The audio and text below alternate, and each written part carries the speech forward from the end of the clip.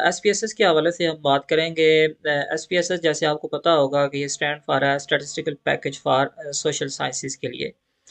तो नॉर्मली जितनी भी आज तक स्टडीज़ कंडक्ट हो रही हैं, आप कह सकते हैं कि वन थर्ड स्टडीज़ में ना हम एसपीएसएस को ही देख रहे होते हैं कि डाटा एनालिसिस के लिए यूज़ किया होता है।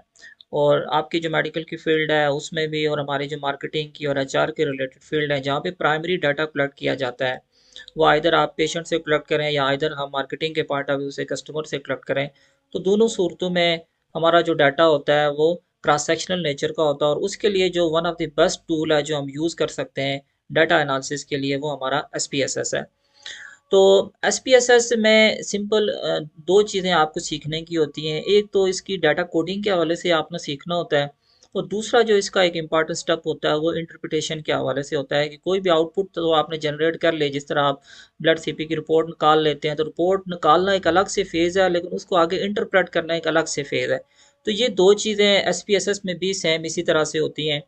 तो सबसे पहले जो हमारा सेशन होगा, अभी हम कोशिश करेंगे कि बेशक इसी को ही हम कंटिन्यू करें, तो मैं आपको सिखाने की कोशिश करूंगा कि हम डाटे की एंट्री किस तरह से करते हैं, कैसे हम यहाँ पे वेरिएबल को एंटर करते हैं, और किस तरह से हम टेस्ट को रन करने की कोशिश कर रहे होते हैं।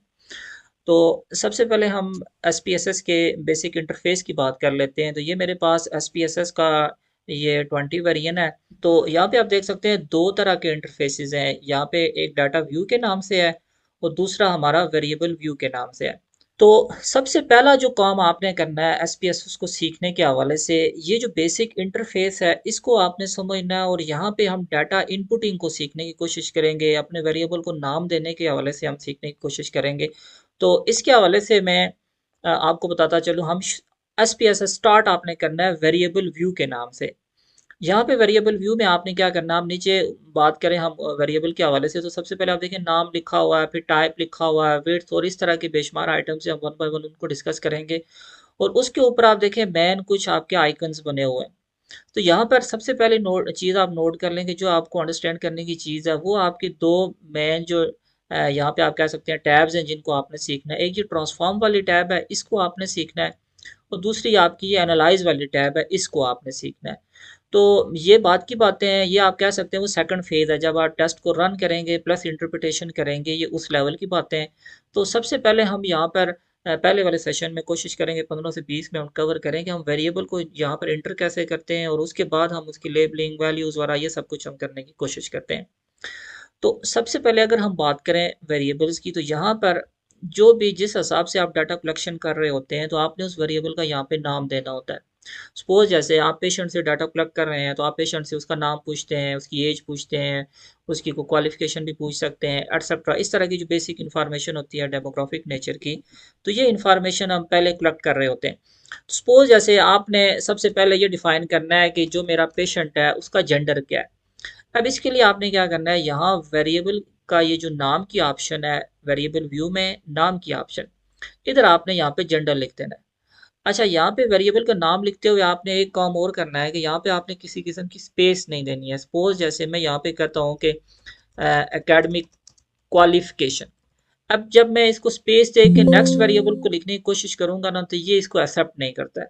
तो यहाँ पर जो भी सपोज जैसे आप एकेडमिक क्वालिफिकेशन है, तो आप उसको सिंपली एकेडमिक क्वालिफिकेशन इस तरह के करके लिख लें, ताकि आप समझ जाए। एसपीएसएस में जो भी आप आउटपुट क्रिएट करेंगे वो बाद में आप उसको रीनाम कर सकते हैं, उसका कोई मसला नहीं है।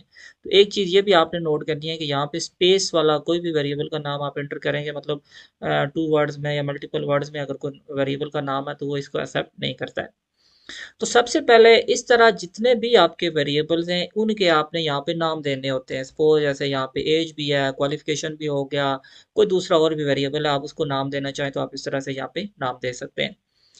नाम के बाद यहाँ पर जो दूसरी बात आपने समझनी है वो आपकी टाइप की है। नॉर्मली आपको पता है कि हमारा जो डाटा होता है वो न्यूमेरिक फॉर्म में नहीं होता है। मसलन जैसे हम जेंडर की ही बात कर लें, तो जेंडर में हमारे पास दो कैटेगरीज होती हैं, मेल और फीमेल की। तो अब यहाँ पे ये जो डाटा है हमारा न्यूमेरिक फॉर्म में नहीं होता है। हमने क्या करना होता है, इस सॉफ्टवेयर के अंदर ज़ाहिर सॉफ्टवेयर जितने भी हैं वो सब न्यूमेरिक डाटे को इंटरप्रेट कर रहे होते हैं या उसके ऊपर टेस्ट रन कर रहे होते हैं। अब अगर हमारा नॉन न्यूमेरिक डाटा हो, तो उसके लिए हम क्या करते हैं, यहाँ पे कोडिंग यूज़ कर रहे होते हैं। अब यहाँ पे आपके पास दो तरीके होते हैं। कुछ ऐसे वेरिएबल जिनको आप नॉन न्यूमेरिक के तौर पर ही यूज़ करना चाहते हैं, कंटिन्यू करना चाहते हैं, तो आपने क्या करना है, यहाँ पे स्ट्रिंग की इस ऑप्शन को आपने अवेल करना है। यहाँ पे आप देख सकते हैं स्ट्रिंग, सिंपल आपने क्या किया, ये जो न्यूमेरिक वाली टैब थी, इसी टैब के ऊपर आपने क्लिक किया, या आप यहाँ पे आप देख सकते हैं वो मोर मेन्यू के ऑप्शन आपको मौजूद है, और यहाँ पे स्ट्रिंग की एक ऑप्शन मौजूद है। ऐसी सूरत में अगर आप न्यूमेरिक फॉर्म में डाटा नहीं है आपका, नॉन न्यूमेरिक फॉर्म में है, तो उस सूरत में आपने इस स्ट्रिंग की ऑप्शन को सिलेक्ट करना है। और अगर आपका डाटा न्यूमेरिक फॉर्म में है तो इसको आपने एज इट इज रहने देना है। उसके बाद ये दो बातें सिंपल आप अंडरस्टैंड कर लें, मैं आगे आपको एग्जांपल भी दूंगा, आपको मजीद भी क्लियर हो जाएगा कि मसला हम ये कहते हैं कि हम सॉफ्टवेयर को यही कहना चाहते हैं कि जो जेंडर है हमारा, जेंडर के ऊपर हम किसी किस्म का कोई टेस्ट नहीं लगा सकते, ना कोई कोरिलेशन, ना कोई रिग्रेशन है, ना कुछ भी हम टेस्ट नहीं लगा सकते। हम इसको कहते हैं जेंडर का जस्ट हमें स्टैट दे दे, मतलब डिस्क्रिप्टिव स्टैट दे दे कि परसेंटेज हमें बता दे, मेल कितने फीमेल कितने, फ्रीक्वेंसी बता दे, या उसका मीन, तो मीन का भी किसी फायदा नहीं है, बस उसका टोटल नंबर हमें बता दे। तो ऐसी सूरत में आप क्या करेंगे, यहाँ पर आपने स्ट्रिंग को ही यूज करना है। और अगर आप इसको न्यूमेरिक फॉर्म में, आगे मैं आपको बताऊंगा इसकी कोडिंग किस तरह से करनी है, तो उस हिसाब से आप लेके चलते हैं तो आप इसको न्यूमेरिक फॉर्म में भी लेके आ सकते हैं। उसके बाद की जो एक ऑप्शन है विड्थ की ऑप्शन है। विड्थ बेसिकली आप न्यूमेरिक फॉर्म में विड्थ की कोई खास ज़रूरत नहीं होती, आप विड्थ जहाँ पे जितनी भी रखें वो उसको एक्सेप्ट कर रहा होता है। लेकिन ये जो स्ट्रिंग वेरिएबल की फॉर्म होती है, यहाँ पर इसकी विड्थ काउंट हो रही होती है। मसलन आप देखें यहाँ पे इसकी विड्थ 8 तक है, तो मैं इसको यहाँ से मैं दूसरी टैब में जाता हूँ, डाटा व्यू की टैब में। डाटा व्यू की टैब में देखें जेंडर के विड्थ हमने 8 रखी हुई थी, तो ये 1 2 3 4 5 6 7 8, 8 से आगे जब हम जाने की कोशिश करेंगे तो ये मजीद हमें इंटर करने की ऑप्शन नहीं दे रहा होता है। तो ये आई थिंक आपने अंडरस्टैंड कर लिया होगा कि जो विड्थ की ऑप्शन होती है, आपके स्ट्रिंग वेरिएबल की जितनी आप लेंथ रखना चाहते हैं उस हिसाब से आप यहाँ पे रख सकते हैं। सपोज जैसे ये एकेडमिक क्वालिफिकेशन है, तो मैं यहाँ पे पोस्ट ग्रेजुएट लिखना चाहता हूँ, तो उसकी विड्थ अगर 8 की होगी तो वो फिर मैं उसको पोस्ट ग्रेजुएट को नहीं लिख सकता। उसके लिए फिर आपने क्या करना है, सपोज यहाँ पे ना आप अपनी मर्जी है 20 रख लें, 30 रख लें, सॉफ्टवेयर आपको कुछ भी नहीं करता, जितने हिसाब से आप यहाँ पे विड्थ रखना चाहते हैं वो आप रख सकते हैं। तो width basically just string variable की सूरत में आपको यहाँ पे चेंज करने की ज़रूरत होती है। अदरवाइज न्यूमेरिक फॉर्म में आपको किसी किस्म के विड्थ के साथ छेड़ने की कोई ज़रूरत नहीं होती है। उसके बाद यहाँ पर मतलब जो बेसिक मैं अभी आपको समझा रहा हूँ कि जब आप यहाँ पे डाटे को एंटर करते हैं तो वेरिएबल के जो नाम देते हैं उन नाम के साथ आपने क्या क्या चीज़ों को आपने लेस प्लस करना है। तो ये चीज़ें आप यहाँ पे समझ लें। सबसे पहले हम वेरिएबल का नाम लिखते हैं, मैंने आपको रूल्स बता दिए, यहाँ पे स्पेस नहीं चलेगी, अंडरस्कोर वगैरह कुछ आप साथ यूज़ कर लें, उस तरह से आप वेरिएबल के नाम को एंटर कर सकते हैं। फिर मैंने आपको टाइप में बताया कि टाइप में नॉर्मली जो चीज़ें यूज़ हो रही होती हैं वो न्यूमेरिक फॉर्म यूज़ हो रहा है या स्ट्रिंग की फॉर्म में यूज़ हो रहा होता है। स्ट्रिंग्स आप आसान अल्फाज में कह सकते हैं नॉन न्यूमेरिक डाटा। तो नॉन न्यूमेरिक के लिए फिर आपने विड्थ को भी चेंज करना होता है। विड्थ आप मैक्सिमम जितना रखना चाहें, 20 30 40 50, जिस हिसाब से आपके वेरिएबल का नाम आप उस हिसाब से यहाँ पे विड्थ को रख सकते हैं। और न्यूमेरिक फॉर्म में आपको किसी किस्म की को विड्थ को चेंज करने की ज़रूरत नहीं होती, आपने एज इट इज़ इसको रखना होता है। ये दो इंपॉर्टेंट चीज़ों के बाद जो तीसरी यहाँ पे चीज़ है वो लेबल की है। लेबल की मैं आपको समझाता हूँ, लेकिन उससे पहले मैं आपको वैल्यूज़ के हवाले से बताता हूँ कि ये वैल्यूज़ से क्या मुराद है। अच्छा, एक पेपर मैंने आपके लिए रखा हुआ था, 3 4 पेपर हैं मैंने यहाँ पे रखे हुए थे, मैं आपके साथ शेयर करता हूँ। मैंने एक ग्रुप सा बनाया हुआ था उसमें, यहाँ पर एक पेपर है, ये वाला पहले हम पेपर देख लेते हैं। ये फ्रंटियर्स का पेपर है, फ्रंटियर्स इन पब्लिक हेल्थ में। तो यहाँ पर मैं आपको कुछ चीज़ें दिखाता हूँ। ये आप देख सकते हैं कि इसने जो डाटा लिया हुआ है वो इस तरह का कुछ डाटा लिया हुआ है कि जिनसे भी इसने डाटा लिया हुआ पेशेंट से, आई थिंक, तो उनकी एज इन्होंने रखी हुई है 18 से 21 और फिर 22 से 25 की रेंज में। जेंडर को इन्होंने दिया हुआ मेल और फीमेल के हिसाब से कोडिंग दी हुई है। और नेशनलिटी के हवाले से इन्होंने लोकल स्टूडेंट्स और फॉरेन स्टूडेंट के हवाले से इन्होंने वेरिएबल्स को यहाँ पे अरेंज किया हुआ है। अब मैं इसके हवाले से आपको बताता हूँ कि इसकी अरेंजमेंट आप यहाँ पे किस तरह से कर सकते हैं। अगर हम कोडिंग से यूज़ करें तब भी, और अगर हम कोडिंग नहीं करते हैं तो तब भी, दोनों सूरतों में हम किस तरह से इसको यूज़ कर सकते हैं। सबसे पहले अगर हम जेंडर की बात करें, जेंडर में हमारे पास दो कैटेगरीज है, मेल और फीमेल की। आपने जो लोगों से डाटा लिया हुआ है वो सपोज आपने लोगों को ऑप्शन दी हुई है क्वेश्चनर में कि आप सेलेक्ट करें आपका जेंडर क्या, मेल की भी है फीमेल की ऑप्शन भी है। तो आप क्या करते हैं, वहाँ पर रेस्पोंडेंट वहाँ पे सिलेक्ट कर लेते हैं मेल और फीमेल।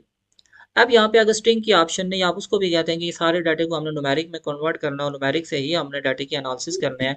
सपोज जैसे यहाँ पे आपने लोगों से डाटा लिया हुआ है, मेल और फीमेल का, आपने क्वेश्चनर दिया, उसके अंदर आपने ऑप्शन दिया आप मेल हैं या फीमेल हैं, लोगों ने टिक कर लिया, किसी ने मेल कहा, किसी ने फीमेल का। अब उसको आप SPSS में कैसे कोडिंग करेंगे, उसके लिए आपने क्या करना है, ये वैल्यूज़ की एक ऑप्शन मौजूद है। इस वैल्यूज़ में ये जो आप देखें नन के ऑप्शन के ऊपर हम क्लिक करते हैं, ये 3 डॉट से आ जाते हैं, इन 3 डॉट्स के ऊपर आपने क्लिक करना है। तो यहाँ पर आप देखें वैल्यू की और उसके साथ लेबल की ऑप्शन आ जाती है। असल जो आप एक वर्ड आप सुनते होंगे कोडिंग की इस्तेमाल की जाती है, पाइथन में भी जी कोडिंग इस्तेमाल की जाती है, बाकी भी जितने स्टैटिस्टिकल टूल हैं उनमें कोडिंग इस्तेमाल की जाती है। वो कोडिंग बेसिकली यही वैल्यूज़ देना ही होता है। सपोज जैसे आपने कहा कि हम मेल भी हैं हमारे पास और फीमेल भी हैं। आपने कहा जहाँ जहाँ पर भी मेल मेल इस्तेमाल होगा उसको हमने कोडिंग दे दी 1 से। तो वो कोडिंग आप किस तरह से देंगे, यहाँ वैल्यूज़ की ऑप्शन को ओपन करेंगे, यहाँ पे वैल्यू में आपने 1 लिखा और उसके अगेंस्ट आपने लेबल कर क्या कर लिया, मेल को, इसको आपने यहाँ पे ऐड किया और ये बेसिकली कोडिंग है आपकी। और फीमेल के लिए हम कोडिंग करेंगे 2 और ये हम यहाँ पे लिख लेते हैं, फीमेल के लिए 2 लिख लेते हैं और हम यहाँ पे ओके कर लेते हैं। ये सिंपल हमारी कोडिंग हो गई है इस तरह से। अब इसको मैं आपको समझाता हूँ कि ये डाटा कैसे शो होगा, ये कोडिंग हमारी किस तरह से हुई है, ये मैं आपको थोड़ा सा बता देता हूँ। सपोज जैसे हमारे पास ये डाटा व्यू की ऑप्शन मौजूद है। डाटा व्यू में भी आप देखें यहाँ पे हमारे पास वही वेरिएबल आ रहे हैं, जेंडर की ऑप्शन आ रही है, क्वालिफिकेशन की ऑप्शन आ रही है और उसके बाद एज की ऑप्शन हमारे पास आ रही है। अब हमने क्या करना है, देखें जब भी आपने सपोज क्वेश्चन आपके सामने है, आपने डाटा लिया हुआ, अगर आपने ये ऑनलाइन क्वेश्चन फिल किए हुए हैं गूगल फॉर्म्स की मदद से, तो वो तो सिंपल आपको एक्सेल के ऊपर डाटा होगा, आपने उसको कॉपी करना और यहाँ पे आके पेस्ट कर देना है। अगर हम ये कहते हैं कि हम खुद से मैनुअली क्वेश्चन हमने फिल किया हुआ है और उसकी हम कोडिंग करना चाहते हैं, तो आपने क्या करना है, जेंडर में आके कोई मेल है तो उसके लिए आपने यहाँ पे पूरा MALE मेल नहीं लिखना है, आपने यहाँ पे 1 कोड कर देना है, क्योंकि आपने मेल के अगेंस्ट कोडिंग 1 की हुई है। फीमेल है तो 2 आपने कोड कर लिया। मतलब सपोज जैसे ये कुछ हमारा डाटा है, मेल मेल के लिए हमने 1 किया हुआ और फीमेल के लिए हमने 2 किया हुआ। ये कोई रैंडमली हम डाटा शीट बना रहे हैं। अब आप देखें कि SPSS यहाँ पे ये वाली टैब, इसको आपने यूज़ करना है वैल्यूज़ लेबल, वैल्यू लेबल्स की। तो देखें SPSS ऑटोमेटिकली अंडरस्टैंड कर गया है कि जहाँ जहाँ पर मैंने 1 लिखा हुआ वो मेल के लिए है और जहाँ जहाँ मैंने 2 लिखा हुआ वो बेसिकली फीमेल के लिए डाटा मौजूद है। तो कोडिंग बेसिकली इस चीज़ का नाम है। तो देखें आप ये आपको इस न्यूमेरिक फॉर्म में भी डाटा दे देगा और स्ट्रिंग की फॉर्म में भी अगर आप डाटा यूज़ करना चाहते हैं तो वो आप उस तरह से भी कर सकते हैं। अब इस डाटे का आपको फ़ायदा ये होता है कि बजाय इसके कि आप मेल है वो फिर मेल लिखते रहें, इधर से कॉपी करें, वापस आके इधर भी पेस्ट करें, बजाय ये फिर आसान इसका ये होता है कि आप इसको कोडिंग कर लें और 1 1 2 2 इस तरह से आप कोडिंग करते जाएं, तो वो आपके लिए भी आसानी होगी और सॉफ्टवेयर में इंटर करना भी आसान हो जाएगा। उसके साथ साथ यही एग्जांपल मैं आपको स्ट्रिंग की ऑप्शन में देता हूँ। स्ट्रिंग में सिंपल आपने क्या किया, यहाँ पर आपने इसको स्ट्रिंग लिखा और स्ट्रिंग लिखने के बाद आप क्या करेंगे, यहाँ पे इसकी कोडिंग वगैरह फिर नहीं होगी, कोडिंग को आप ख़त्म करेंगे और जब आप कोडिंग ख़त्म करेंगे तो यहाँ पे फिर आपने मैनुअली लिखना होगा, या आप यहाँ पे फिर मेल और फीमेल इस तरह करके आपको मैनुअली लिखना होगा। वो फिर स्ट्रिंग का ये हिसाब होता है। तो बाद का सपोज जैसे आप एक्सेल के ऊपर काम कर रहे हैं, वहाँ पे आपके पास नॉन न्यूमेरिक डाटा ही है, तो आप यहाँ पे क्या कर सकते हैं, फिर इस तरह से आपने डाटे को एग्जैक्टली पेस्ट करेंगे और स्ट्रिंग को सिलेक्ट कर लें, फिर आपको वो मेल फीमेल चेंज करने की भी ज़रूरत नहीं पड़ेगी, आप इजीली डाटे को अरेंज कर सकते हैं। तो मेरे ख्याल से हम पहले खाली न्यूमेरिक की ही बात कर लें तो वो आपके लिए ज़्यादा इजी रहेगा, ऐसे आप कंफ्यूज हो जाएंगे। तो सेम 2 3 वेरिएबल्स की मैं आपको और कोडिंग बताता हूँ, फिर हम नेक्स्ट चलते हैं, चीज़ों को देखते हैं। सपोज जैसे आप एकेडमिक क्वालिफिकेशन की हम बात कर लेते हैं, तो इसकी भी हम कोडिंग किस तरह से करेंगे। सपोज जैसे हम 1 के ऑप्शन के ऊपर आते हैं, 1 के लिए हम लिख देते हैं कि मैट्रिक था बंदा, 2 के लिए हम कहते हैं कि 2 की जो जितने भी इंटरमीडिएट होंगे उनकी कोडिंग हम 2 से करेंगे, और तीसरी ऑप्शन 3 हम कर लेते हैं, ग्रेजुएट की ऑप्शन कर लेते हैं।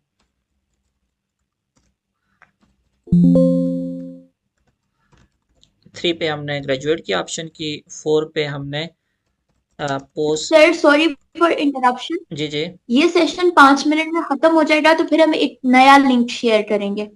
जी ठीक, ठीक है। ठीक हो गया जी, ठीक हो गया। आज इंटरनेट की वजह से जूम प्रो काम नहीं कर रहा था, I don't know what's the issue, लेकिन you have to bear with us, also the participant. जी जी ठीक हो ठीक गया। है, आप कंटिन्यू रखिए, जब खत्म हो जाएगा तो मैं दोबारा देखूंगी। जी ठीक हो गया। हम यहीं से शुरू करेंगे दोबारा। जी जी ठीक हो गया। तो यहाँ पे आप देख सकते हैं कि जो एकेडमिक क्वालिफिकेशन है उसकी भी कोडिंग मैंने यहाँ पे कर ली है, वो आप देख सकते हैं 1 2 3 4। और मैंने इसको ओके कर लिया। और एज की भी जो यहाँ पे कैटेगरीज है, मैं यहाँ पे वो पेपर को देख लेता हूँ। पेपर पे आप देखें जैसे उसने 18 से 21 साल किया हुआ है, 22 से 25 साल किया हुआ है, और इस तरह से उसने कुछ कोडिंग की हुई है। तो ये भी मैं आपको बताता हूँ कि ये हम एज के हवाले से भी किस तरह से कर सकते हैं। अब एज का आपको पता है कि हर एक बंदे की डिफरेंट एज होती है। अब हम हर एक बंदे का डाटा यहाँ पे एंटर करते जाएं तो वो ज़ाहिर हमारे लिए बड़ा मुश्किल होता है। और इसी तरह अगर हम हर एक बंदे का ब्लड प्रेशर नापना शुरू कर लें और किसी का कहें यहाँ पे ये लेवल है, तो वो हर एक का बड़ा डिफरेंट होगा। तो वेट का भी अगर हम करें तो वो भी बड़ा डिफरेंट होगा। टेम्परेचर की अगर हम बात करें तो वो भी बहुत ज़्यादा वैल्यूज़ हो जाएंगी। अब ऐसी सूरत में हम क्या करते हैं, हम रेंज सेट करते हैं। तो ये इस तरह के वेरिएबल्स हैं, सपोज जैसे एज भी आ गया और उसके साथ इनकम भी आ गई। अब हर एक बंदे की इनकम डिफर कर रही होती है, एज भी डिफर कर रही होती है। तो ऐसी सूरत में फिर हम क्या करते हैं, हम यहाँ पे कोडिंग कुछ रेंज के हवाले से करते हैं। वो मैं आपको बताता हूँ। एज की सूरत में या ऐसे वेरिएबल की सूरत में आपने क्या करना है, सपोज जैसे हम 1 करते हैं, 1 के अगेंस्ट हम कर लेते हैं जी लेस देन 18, हम कर लेते हैं लेस देन 18 के, ये 18 साल से कम बंदों के लिए हम 1 कोडिंग करेंगे। और 2 हम कर लेते हैं कि 18 से लेके हम कर लेते हैं 28 तक, 10-10 का डिफरेंस रख लेते हैं कि 18 से 28 तक जो होंगे उनके लिए हमने 2 कोडिंग की है। और 3 वाली जो कोडिंग है हम कर लेते हैं 28 से लेके हम 38 तक की कोडिंग कर लेते हैं। और 4 में जी हम कह लेते हैं कि 38 बंदा आर मोर देन 38। तो ये डिपेंड कर रहा होता है कि आप किस हवाले से चीज़ों को देख रहे हैं, कैसे आप कोडिंग को यहाँ पे यूज़ कर रहे हैं। तो इस तरह आपने क्या करना है, इस तरह कोडिंग करके और आपने ओके की ऑप्शन के ऊपर क्लिक कर देना है। इस तरह से एज को आप ऐड करेंगे और एज को ऐड करने के बाद नेक्स्ट इनकम का भी सेम इसी तरह से ही होगा।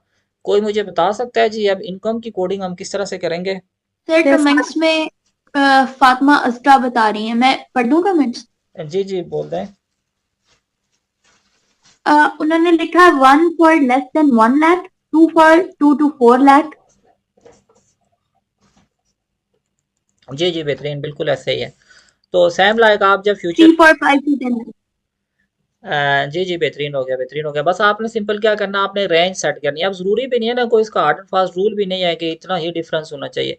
वो आप पे डिपेंड करता है। आप एक प्रॉपर एक ही रेंज रख के ना 5-5 का डिफरेंस रखते हैं, 10 का डिफरेंस रखते हैं, 20 का डिफरेंस रखते हैं ना, वो डिफरेंस आप रख के आपने क्या करना है, यहाँ पे अपने कोडिंग कर लेनी है। तो मैं जल्दी जल्दी इनकम की कोडिंग कर लेता हूँ। सपोज जैसे हम 1 है तो लेस देन 100K हम कर लेते हैं, ये 1 लाख से बिलो है।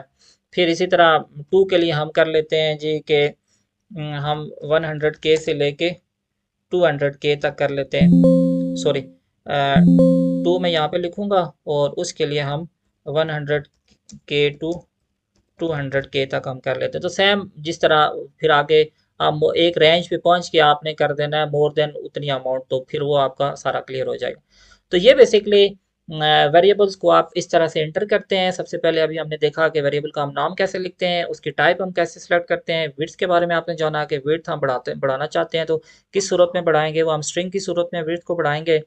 और उसके बाद हम वैल्यूज़ की बात करते हैं। वैल्यूज़ में हमने देखा कि हम डाटे के अंदर या एसपीएसएस के अंदर सॉरी हम कोडिंग किस तरह से कर रहे होते हैं। यहाँ पर एक चीज़ और है, वो लेबल की ऑप्शन मौजूद है। तो लेबल मतलब इसका डाटा एनालिसिस से किसी किस्म का कोई ताल्लुक नहीं है। ये अगर आपको कहीं बहुत ज़्यादा वेरिएबल्स आप ऐड कर रहे हैं और आपको कोडिंग का नहीं पता कि ये मैंने किस वेरिएबल के लिए कौन सी कोडिंग यूज़ की हुई है, तो वो लेबल आपने यहाँ पे कर देने होते हैं। सपोज जैसे हमने यहाँ पे कहा कि मेल इज इक्वल टू 1 हमने किया हुआ है, तो वो लेबल में ना आप यहाँ पे आके लिख दें। और फीमेल के लिए हमने किया हुआ इज इक्वल टू 2। तो ये लेबल की जो ऑप्शन होती है ये डाटा एनालिसिस में कहीं भी नहीं यूज़ होती है। तो ये आप समझ लें कि ये आपके लिए एक जगह होती है रफ नोट सा बनाने की, कि आपने वेरिएबल के हवाले से किस तरह से कोडिंग की हुई है। तो लेबल वाली जो टैब है इस तरह से आपने इस टैब को यूज़ करना है। उसके बाद जो आपने यहाँ पे वेरिएबल व्यू में समझने वाली चीज़ है वो मेयर्स वाली टैब है। इस मेयर्स में आप देख सकते हैं स्केल के हवाले से गिवन है नॉमिनल और ऑर्डिनल की ऑप्शंस यहाँ पे मौजूद है। तो जिस हिसाब से वेरिएबल आपका मौजूद है वो आपने यहाँ पे उसकी सिलेक्शन कर लेनी है कि ये नॉमिनल वेरिएबल है या ऑर्डिनल वेरिएबल है। उसी हिसाब से आपने यहाँ पे सिलेक्शन कर लेनी है। तो ये मेयर्स की टैब के लिए आपको सबसे पहले समझना पड़ेगा कि ये जो नॉमिनल से क्या मुराद है, ऑर्डिनल से क्या मुराद है, इंटरवल और रेशो स्केल क्या है, और उसके बाद आपको डाटा व्यू में जाके डाटा एंटर करना, फिर उसकी इंटरप्रिटेशन करना, ये आप सबके लिए बड़ा इजी हो जाएगा। और हम बात कर लेते हैं स्केल ऑफ मेजरमेंट की। तो ये वेरिएबल्स, देखें वेरिएबल्स को अंडरस्टैंड करना ये सबसे इम्पॉर्टेंट काम है, क्योंकि जब तक आप अपने वेरिएबल्स को इन स्केल्स के ऊपर अंडरस्टैंड नहीं करेंगे तो आप किसी किस्म का कोई स्टैटिस्टिकल टेस्ट आप उसको अंडरस्टैंड नहीं कर पाएंगे कि क्या मुझे इस जगह पे यही स्टैटिस्टिकल टेस्ट लगाना चाहिए या नहीं लगाना चाहिए।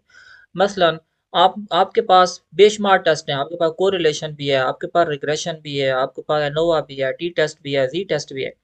तो कौन सा टेस्ट हमने कहाँ पे लगाना है, ये इंपॉर्टेंट चीज़ होती है। टेस्ट लगाना कोई मुश्किल नहीं है, आप यूट्यूब से कोई भी वीडियो देख के आप टेस्ट लगा सकते हैं, वो कोई मुश्किल काम नहीं है। लेकिन कौन सा टेस्ट हमने कहाँ पे लगाना है, ये सबसे इंपॉर्टेंट बात है। और उसके लिए जो आपने अंडरस्टैंड करनी है चीज़, वो आपके इन स्केल्स को अंडरस्टैंड करना है। ये जो नॉमिनल और ऑर्डिनल लिखा हुआ है, ये सेम लाइक उसी तरह का स्केल है जिस तरह आप ब्लड प्रेशर के लिए कोई स्केल यूज कर रहे होते हैं, जिस तरह आप किसी का वेट मेजर करने के लिए कोई स्केल यूज कर रहे होते हैं। ये सेम वही वाली स्केल उसी टर्म में ही इसको यूज किया जाता है। अब अगर हम स्केल्स की बात करें तो ये स्केल बेसिकली आपकी चार तरह का होता है। यहाँ पे आप नीचे देख सकते हैं नॉमिनल भी लिखा हुआ है, ऑर्डिनल भी लिखा हुआ है, इंटरवल भी और रेशो स्केल। तो ये बेसिकली हमारे पास चार तरह के स्केल होते हैं।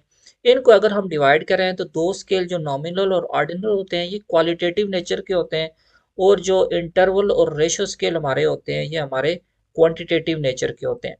मैं पहले आपको स्केल के हवाले से बताऊंगा। यहाँ पे आप देखें नॉमिनल के हवाले से, और ये पूरी एक डायग्राम से बनी हुई है कि नॉमिनल क्या है, ऑर्डिनल क्या है, इंटरवल क्या है, रेशो स्केल क्या है। तो मैं थोड़ा सा आपको एसपीएसएस पे ले जाके आपको समझाता हूँ कि ये नॉमिनल और ऑर्डिनल से क्या मुराद है। नॉमिनल को आप बिल्कुल आसान लफ्जों में इस तरह से समझ लें कि एक ऐसा स्केल होता है जो सिर्फ वेरिएबल को नाम दे रहा होता है और उसको अरेंज कर रहा होता है। इसको हम नॉमिनल स्केल कहते हैं। सपोज जैसे आप यहाँ पे इसकी डेफिनेशन भी देखें तो ये देखें लिखा हुआ है, nominal scale is the first level of measurement scale in which the number serves as a tag or labels to classify or identify the objects। इसको मैं आपको बिल्कुल इजी वे से समझाता हूँ कि सपोज जैसे आपको जेंडर एक वेरिएबल है, क्या ये नॉमिनल है या ऑर्डिनल है, तो इसको हम कैसे आइडेंटिफाई करेंगे। यहाँ पे देखें मेल, इस जेंडर की सब कैटेगरीज कौन सी थी, एक मेल था और फीमेल था। तो अब मुझे ये बताएं कि क्या मैं मेल पहले लिख रहा हूँ, इससे किसी अरेंजमेंट में किसी चीज़ में डिस्टरबेंस होगी, या फीमेल को मैं पहले लिख दूँ, इससे कोई फ़र्क पड़ेगा कि मैं पहले मेल लिख दूँ या फीमेल लिख दूँ। क्या उसकी अरेंजमेंट को चेंज होने से हमें किसी किस्म की कोई नई इन्फॉर्मेशन मिलेगी, या जो पहले से मौजूद इन्फॉर्मेशन है उसमें किसी किस्म की डिस्टरबेंस होगी, क्या ऐसा है इसमें। तो कोई भी ऐसा वेरिएबल जिसको हम कोड तो करते हैं, लेकिन उसकी जब हम अरेंजमेंट को देखें तो अरेंजमेंट से चेंज होने से किसी किस्म का कोई फ़र्क ना पड़े, ऐसे वेरिएबल्स को हम क्या कहते हैं, ये हमारे नॉमिनल किस्म के वेरिएबल्स हैं। सपोज जैसे हम किसी को कहते हैं ये मैरिड है या अनमैरिड है, हम मैरिड का डाटा पहले लिख दें या अनमैरिड का बाद में लिख दें, तो इससे किसी किस्म का कोई फ़र्क नहीं पड़ता है।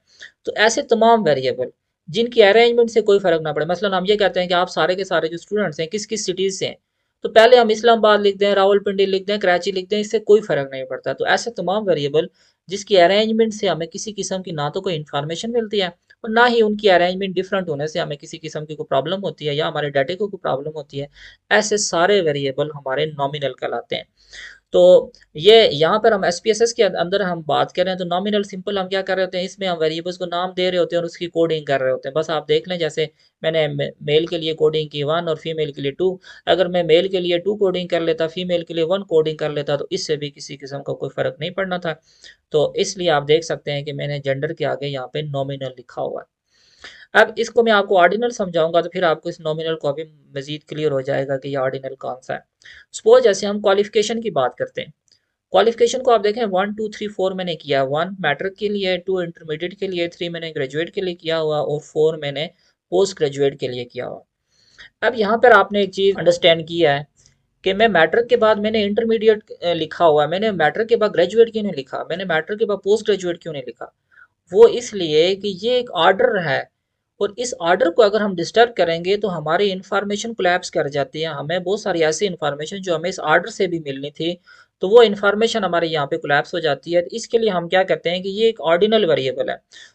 अगर मैं आपको मजीद दूँ, किसी इनकम लेवल की भी अगर हम बात करें तो वो इनकम लेवल भी आपकी क्या होती है, ऑर्डिनल एक वेरिएबल आ जाता है। फिर इसी तरह हम एज की बात करें, पहले बंदे आपने 25 साल वाले लिखे हुए हैं, फिर उसके बाद आपने एकदम से 50 साल वाले लिखे हुए हैं, तो उससे उससे भी हमें इस अरेंजमेंट से भी हमें इंफॉर्मेशन मिल रही होती है, अगर हम इसको सीक्वेंस में रखेंगे। अगर हम इसके सीक्वेंस को डिस्टर्ब करेंगे तो उससे भी फिर हमें जो हमारी इंफॉर्मेशन है वो सही नहीं होगी। अगर हम पेपर की तरफ आ जाएं तो आप देखें यहाँ पर कि उन्होंने एज को सीक्वेंस में रखा हुआ, 18 से 21, फिर 22 से 25। और जेंडर को आप देखें, मेल पहले लिखा हुआ, फीमेल, ये ऊपर नीचे भी हो जाए तो इससे किसी किस्म का कोई फर्क नहीं पड़ता है। अब इसकी अरेंजमेंट से हमें क्या फर्क मिलता है कि यहाँ पे 18 से 21 से हमें ये पता चला कि ये जितनी एज हमारी बढ़ती जा रही है, रेस्पोंडेंट भी हमारे कम होते जा रहे हैं, ये इसका है। और इसका अगर आप आसान वे में और इंटरप्रेट करना चाहें तो आपने अगर डाटा लिया हुआ है रूरल और अर्बन एरिया से, और साथ में आपने क्वालिफिकेशन को भी चेक किया है, तो आप वहाँ पे देखते हैं कि रूरल में जी मेल कम पढ़े लिखे हैं या फीमेल, इसी तरह अर्बन में फीमेल कम पढ़ी लिखी हैं या मेल, तो वहाँ पे आप कंपैरिजन कर सकते हैं रूरल टू अर्बन इस तरह का। तो ये बेसिकली इस मकसद के लिए ये नॉमिनल और ऑर्डिनल स्केल यूज़ किए जाते हैं। आई थिंक आपको इनकी समझ लग गई होगी कि नॉमिनल और ऑर्डिनल से क्या मुराद है। इसके साथ साथ जो एक स्केल और यूज़ किया जाता है वो इंटरवल स्केल का है। ये एक मोस्ट इंपॉर्टेंट स्केल है। उसको भी हम यहाँ पे पहले उसकी कोडिंग की बात करेंगे, फिर उसके बाद हम यहाँ पे डाटा कैसे एंटर करते हैं उसके हवाले से हम बात करेंगे। अब जब हम इंटरवल स्केल की बात कर लेते हैं तो यहाँ पर हमने देखा कि ये जब हम कोडिंग कर रहे होते हैं तो इस कोडिंग में कुछ हमारे पास इश्यूज हैं। सबसे बड़ा इशू ये है कि एक लेवल से दूसरे लेवल में जब हम जाते हैं तो वो लेवल सेम नहीं होते हैं। मसलन कुछ हमारी डिग्रीज जो हैं वो 2 साल की होती हैं, कुछ साल की भी होते हैं सर्टिफिकेट, कुछ 3 माह के भी होते हैं, कुछ 6 माह के भी, कुछ 4 साल, आपके 5 साल। तो इस तरह से क्या होता है कि यहाँ पे लेवल सेम नहीं है, डिफरेंस इनके बीच में सेम नहीं है। तो ये इसका एक ड्रॉबैक होता है इस स्केल का। इससे अगला ड्रॉबैक ये है कि ये यहाँ पे ना हमारे पास कोई मिनिमम इसका लेवल नहीं है और इसका कोई मैक्सिमम लेवल भी नहीं है। इन चीज़ों का हमें नहीं पता होता है। और सबसे बड़ी बात जो मैंने पहले की कि यहाँ पे इन वेरिएबल्स के बीच में सीक्वेंस एक जैसा नहीं होता है। इस तरह बहुत सारी ऐसी प्रॉपर्टीज हैं जिनको हम मेजर नहीं कर सकते हैं, और उसके लिए जो हम है वो नेक्स्ट लेवल स्केल यूज़ करते हैं। ये आप यहाँ पे देख सकते हैं कि पहले लेवल का जो स्केल है वो नॉमिनल स्केल है, दूसरे लेवल का ऑर्डिनल स्केल है, और तीसरे लेवल का जो इंटरवल स्केल है, और चौथे लेवल का रेशो स्केल है। अभी मैं थोड़ी सी बात इंटरवल की करता हूँ। यहाँ पर इसी पेपर में आप देखें, सबसे पहले अगर हम डेमोग्राफिक की बात करें कि इस पेपर के अंदर, ये आपके फील्ड का यही पेपर है जिसमें उसने एज को भी लिया हुआ, उसने जेंडर को भी लिया हुआ, और उसने इसको नेशनैलिटी को भी लिया हुआ। सबसे पहले हम इसको क्लियर कर लेते हैं कि इसके रिलेटेड आप डाटा कैसे इंटर करते हैं, कैसे आप यहाँ पे चीज़ों को देखते हैं। फिर हम उस पेपर को भी थोड़ा सा देख लेंगे, फिर हम इन चीज़ों को भी देख लेंगे। यहाँ पर आप देखें, मैंने जैसे जेंडर था हमारा, जेंडर क्या कहें, जब आपने डाटा एंट्री करनी है, सपोज जैसे ये क्वेश्चन आपने बनाया जिसमें जेंडर भी था, जिसमें एकेडमिक क्वालिफिकेशन भी थी, उसमें एज भी थी। अब आपने क्या किया, लोगों से डाटा आपने कलेक्ट कर लिया, आपने उस डाटे को इंटर कैसे करना है। तो जैसे पहले मैंने आपको बताया कि आपने यहाँ से वेरिएबल व्यू के साथ दूसरी टैब है डाटा व्यू की, यहाँ पर आपके पास सारे के सारे variable as it is show होंगे। तो आप देख सकते हैं यहाँ पे जेंडर लिखा हुआ है। जेंडर 1 से मुराद ली थी कि ये मेल का डाटा है, और 2 से मुराद मैंने ली थी ये फीमेल का डाटा है। एकेडमिक क्वालिफिकेशन में 4 कैटेगरीज हमने बनाई थी। एक मैट्रिक के लिए 1 कहा था, इंटरमीडिएट के लिए हमने 2 कहा था, और उसके बाद हमने ग्रेजुएट के लिए 3 कहा था, और पोस्ट ग्रेजुएट के लिए 4 कहा था। तो हम सपोज हमारे पास डिफरेंट रेस्पोंडेंट हैं, जो इंटरमीडिएट थे उनके लिए हमने 2 किया, पोस्ट ग्रेजुएट थे उसके लिए या ग्रेजुएट के लिए 3, और पोस्ट ग्रेजुएट के लिए हमने यहाँ पे 4 के ऑप्शन के ऊपर क्लिक कर दिया। इसी तरह एज की भी हमने कितनी कैटेगरीज बनाई थी, एज के रिलेटेड हमने यहाँ पर 4 कैटेगरीज बनाई थी। तो आपने जो लोगों का जिस हिसाब से डाटा होगा, जो जिस रेंज में फॉल करता होगा, आपने वो डाटा इसी तरह से यहाँ पे फिल करते जाना है। सपोज जैसे मैं यहाँ पे 1 1 2 2 3 3 4 4 रैंडमली लिख रहा हूँ, जो भी हमारे पास डाटा था। और इनकम के लिए मैंने मेरे ख्याल से एक ही कैटेगरी यहाँ पे बनाई थी, या 2 कैटेगरीज यहाँ पे बनाई हुई हैं। तो उसकी कोडिंग आपने कैसे करनी है, ये 1 1 1 1, सपोज ये हमारे पास कोडिंग है। 2 ही कैटेगरीज है हमारे पास। तो इस तरह से मैंने इनकम का भी डाटा फिल कर लिया। तो अब जैसे ये वाला एक पेपर है, फ्रंटियर्स वाला एक पेपर है, इसने ये वाले जो टेबल बनाया हुआ है, ये टेबल अगर आप इसी डाटे से आप भी बनाना चाहें तो आपने सिंपल क्या करना है, यहाँ पर एनालाइज की ऑप्शन मौजूद है। मतलब आपने डाटा एंटर भी कर लिया डेमोग्राफिक के रिलेटेड, जिसमें सिंपल आपने जेंडर, एज, क्वालिफिकेशन और इनकम को आपने लिया था, और उसका आपने डाटा भी एंटर कर लिया। या आपने अभी तक सीख लिया कि डेमोग्राफिक का डाटा हम किस तरह से एंटर करते हैं।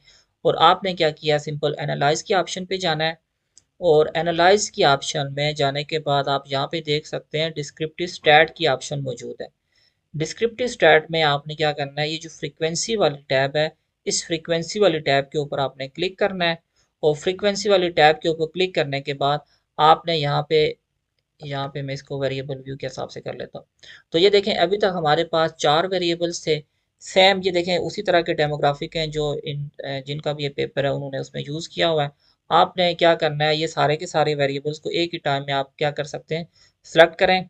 सपोज कंट्रोल ए के साथ आपने इसको सेलेक्ट करना है और एरो के ऊपर क्लिक करेंगे, ये वेरिएबल्स वाले टैब में आ जाएंगे। बाकी कुछ भी करने की ज़रूरत नहीं है। आप स्टैटिस्टिक्स के अंदर देख सकते हैं ये मीन की ऑप्शन भी है, मॉड की भी है। तो ज़रा हमें इसका मीन की तो ज़रूरत नहीं है। आप यहाँ पे स्टैंडर्ड एविएशन यूज़ करना चाहते हैं या जो भी आप टेस्ट यहाँ पे यूज़ करना चाहते हैं, आप देख सकते हैं ये आपको टेस्ट की ऑप्शन होती है। इसको आपने सेलेक्ट करना होता है और सिंपल आपने ओके की ऑप्शन के ऊपर क्लिक करना होता है। तो आप देख सकते हैं जिस तरह का डाटा इस सॉफ्टवेयर इस पेपर वाले ने यूज़ किया हुआ सेम डाटा आपके पास भी आ गया है। आप देखें जैसे उसने वहाँ पे लिखा हुआ मेल कितने फीमेल कितने, आपको फ्रीक्वेंसी भी दी हुई है, परसेंटेज भी दी हुई है। तो ये पेपर के अंदर भी आप देखें उसने क्या किया हुआ है, ये फ्रीक्वेंसी सेम यही चीज़ इधर से ही वो क्या करते हैं, एसपीएसएस से इस आउटपुट को कंट्रोल सी करके इसको कॉपी करते हैं और वहाँ पे जाके एक्सेल के फॉर्म में उसको डिफरेंट अंदाज से थोड़ा सा डेकोरेटेड करके वो चीज़ों को वहाँ पे कॉपी कर रहे होते हैं। आप देख सकते हैं सिर्फ एक क्लिक से मैंने मेल और फीमेल सॉरी जेंडर वाले जो टेबल था वो भी मैंने जनरेट कर लिया, क्वालिफिकेशन वाला टेबल भी जनरेट कर लिया, एज वाला टेबल भी जनरेट कर लिया और इनकम वाला टेबल भी मैंने जनरेट कर लिया। और आप यहाँ पे देख सकते हैं कि पेपर के अंदर भी उसने पहला वाला जो टेबल बनाया वो डेमोग्राफिक का ही बनाया हुआ। इसके बाद कुछ चीज़ें मैं आपको समझाऊंगा, पहले हम इस पेपर को माइंड में रखेंगे। ये पेपर था जो आपकी फील्ड का ही एक मैंने यहाँ पे सेलेक्ट किया था, मैं साथ साथ सोच रहा था कि हम इसको भी डिस्कस करेंगे। इसके अंदर ये एक टेबल बना हुआ है, यहाँ पे आप देखें इन्होंने डिप्रेशन भी लिया हुआ है, एंजाइटी भी लिया हुआ है, स्ट्रेस भी लिया हुआ है और भी बेशुमार वेरिएबल्स हैं और लास्ट पे सेटिस्फेक्शन विद लाइफ भी इसने लिया हुआ। अब यहाँ पर एक चीज़ आपने नोट करनी है कि कुछ ऐसे वेरिएबल्स होते हैं जिनको वो एब्स्ट्रैक्ट नेचर के होते हैं। एब्स्ट्रैक्ट नेचर से मुराद ये होता है कि उनको जस्ट हम फील कर सकते हैं, उनको हम न्यूमेरिक फॉर्म में कन्वर्ट नहीं कर सकते। मसलन कोई बंदा अपनी ज़िंदगी से कितना खुश है, ये एक एब्स्ट्रैक्ट फॉर्म में है, इसको हम न्यूमेरिक फॉर्म में या किसी को इसको हम मेजर नहीं कर सकते हैं कि कोई बंदा कितना ज़्यादा सेटिस्फाइड है। इसी तरह आपके पास अगर कोई पेशेंट आता है, वो डिप्रेशन का वो पेशेंट है, तो आप उसके स्ट्रेट फॉरवर्ड कभी भी क्वेश्चन नहीं पूछेंगे कि क्या आप डिप्रेशन के पेशेंट हैं या ओके हैं, ठीक है, कोई मसला परेशानी नहीं है। तो वो आपको पता है कि आप क्या करते हैं, आप डिफरेंट एंगल से उससे क्वेश्चनिंग कर रहे होते हैं और उन्हीं क्वेश्चनिंग से आप फिर अंडरस्टैंड करने की कोशिश करते हैं कि आइदर ये डिप्रेशन का पेशेंट है या डिप्रेशन का पेशेंट नहीं है। तो यहाँ से हमने क्या अंडरस्टैंड किया कि कुछ ऐसे वेरिएबल्स जो एब्स्ट्रैक्ट नेचर के होते हैं, उनको अगर हम वेरिएबल्स की फॉर्म में लेके आना चाहते हैं तो उनके लिए हम क्या करते हैं, क्वेश्चंस यूज कर रहे होते हैं। जिस तरह को किसी का इंटरव्यू कर रहा होता है तो सेम लाइक हम कुछ क्वेश्चंस यूज करते हैं और उन्हीं क्वेश्चन से ही हम एक वेरिएबल को क्रिएट करने की कोशिश कर रहे होते हैं। मसलन जैसे ये पेपर मैं आपको भेजूंगा, इसको एक बार आपने पढ़ लेना है कि ये इन्होंने ना डिप्रेशन के लिए जी, यहाँ पे आप चीज़ नोट कर लें कि डिप्रेशन को मेजर करने के लिए, किसी भी पर्सन के डिप्रेशन को देखने के लिए, किसी भी पर्सन के डिप्रेशन लेवल को देखने के लिए इन्होंने क्या किया हुआ, ये D1 D2 D3 D4 7 तक लेके गए हुए हैं। ये बेसिकली क्वेश्चंस को रिप्रेजेंट कर रहे हैं कि इन्होंने डिप्रेशन के लिए 7 क्वेश्चंस यूज किए हैं। एंजाइटी को मेजर करने के लिए इन्होंने ये 7 क्वेश्चन यूज किए हुए हैं। ठीक है, तो ये आइटम की जो बात हो रही है ये आपकी अपनी मर्जी है, इसको कुछ भी, ये डिप्रेशन के लिए DEP भी लिख सकते थे, एंजाइटी के लिए AANT भी, ANY भी, कुछ भी आप कोडिंग करना चाहें, बस आपने वहाँ पे पेपर में मेंशन करना होता है कि ये D1 बेसिकली डिप्रेशन का क्वेश्चन नंबर 1 है, D2 से मुराद क्वेश्चन नंबर 2 है, D3 से मुराद क्वेश्चन नंबर 3 है और 4 एंड 5 है। अब मैं आपको ये सिखाऊंगा कि ये जो क्वेश्चंस इन्होंने यहाँ पे क्रिएट किए हुए हैं इनसे मेन वेरिएबल डिप्रेशन इन्होंने कैसे क्रिएट किया है और एंजाइटी की ये जो इन्होंने क्वेश्चन पूछे हुए हैं इनसे मेन वेरिएबल जो एंजाइटी है वो इन्होंने कैसे क्रिएट किया हुआ है। तो ये मैं अब आपको समझाने की कोशिश करता हूँ।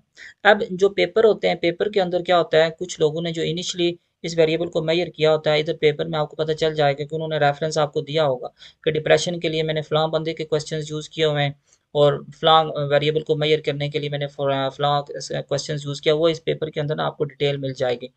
तो ये आप जहाँ पे आप देख सकते हैं मेयर्स में ना, उसने पूरी एक्सप्लेनेशन दी हुई होगी कि इस वेरिएबल को मेजर करने के लिए मैंने फ्लॉ स्केल यूज़ किया, इस मेजर को फ्लॉ स्केल यूज़ किया। तो अब हम क्या करते हैं, सपोज जैसे डिप्रेशन के लिए उन्होंने 5 क्वेश्चन यूज़ किए, उसको हमने कहा क्वेश्चन नंबर 1 के लिए हमने D1 कोडिंग की, क्वेश्चन 2 के लिए D2 कोडिंग, और इधर D3, D4 and D5 coding हमने की। उसके बाद हमने फर्दर वेरिएबल्स को मेजर करने के लिए हमने कहा लाइफ सेटिस्फेक्शन की बात। तो हमने सिंपल सेटिस्फेक्शन के लिए एस का S1 S2 की बात की, S3 की बात की, S4 की बात की, और S हमने 5 की बात की। हम दो ही वेरिएबल्स लेते हैं, एक हम डिप्रेशन को लेते हैं और एक हम सेटिस्फेक्शन को लेते हैं। किसी बंदे की लाइफ को सेटिस्फेक्शन मेजर करने के लिए आपने 5 क्वेश्चन पूछे। सपोज आपने किसी बंदे से पूछा कि आपके पास इतनी इनकम है कि आप अपनी लाइफ की जितनी भी चीज़ें हैं उसको एंजॉय करना चाहते हैं, आप पूरी कर सकते हैं। उस किसी बंदे ने कहा ठीक है जी, हाँ जी, मैं इस बात से एग्री करता हूँ। किसी बंदे से आपने पूछा क्या आपके पास इतने रिसोर्सेज हैं कि आप कहीं फॉरेन में ट्रिप कर सके। तो ये बेसिकली लाइफ सेटिस्फेक्शन की इस तरह के आप क्वेश्चन पूछ रहे होते हैं। अब इसके लिए ना इनको आप नॉमिनल और ऑर्डिनल स्केल पे आप नहीं पूछ सकते हैं किसी बंदे से। उसके लिए आपने क्या करना होता है, इंटरवल स्केल यूज करना होता है। इंटरवल स्केल एक चीज आपने सीखी होगी, आपने लिकर्ट स्केल के बारे में आपने सुना होगा। लिकर्ट स्केल बेसिकली क्या होता है, वहाँ पे आप कोडिंग इस तरह के वेरिएबल्स के लिए आप कोडिंग किस तरह से कर रहे होते हैं। मतलब 5 लिकर्ट स्केल की मैं बात करता हूँ, हमने यहाँ पे वैल्यू 1 दी, और 5 लिकर्ट स्केल आप गूगल भी कर लें आपको मिल जाएगा। सबसे पहले उसकी कोडिंग होती है स्ट्रांगली डिसएग्री की। दूसरे नंबर पे हम यहाँ पे कहते हैं 2, हम यहाँ पे कोडिंग करते हैं उसको हम कहते हैं डिसएग्री। 3 के लिए न्यूट्रल। ये मैं अभी आपको साथ साथ समझाता भी हूँ ताकि आप इस चीज़ को अंडरस्टैंड कर लें, फिर एक पेपर ही आप अंडरस्टैंड कर लेंगे तो आपके लिए बहुत अच्छा हो जाएगा। एग्री। और 5 के लिए हम कहते हैं डिसएग्री, सॉरी,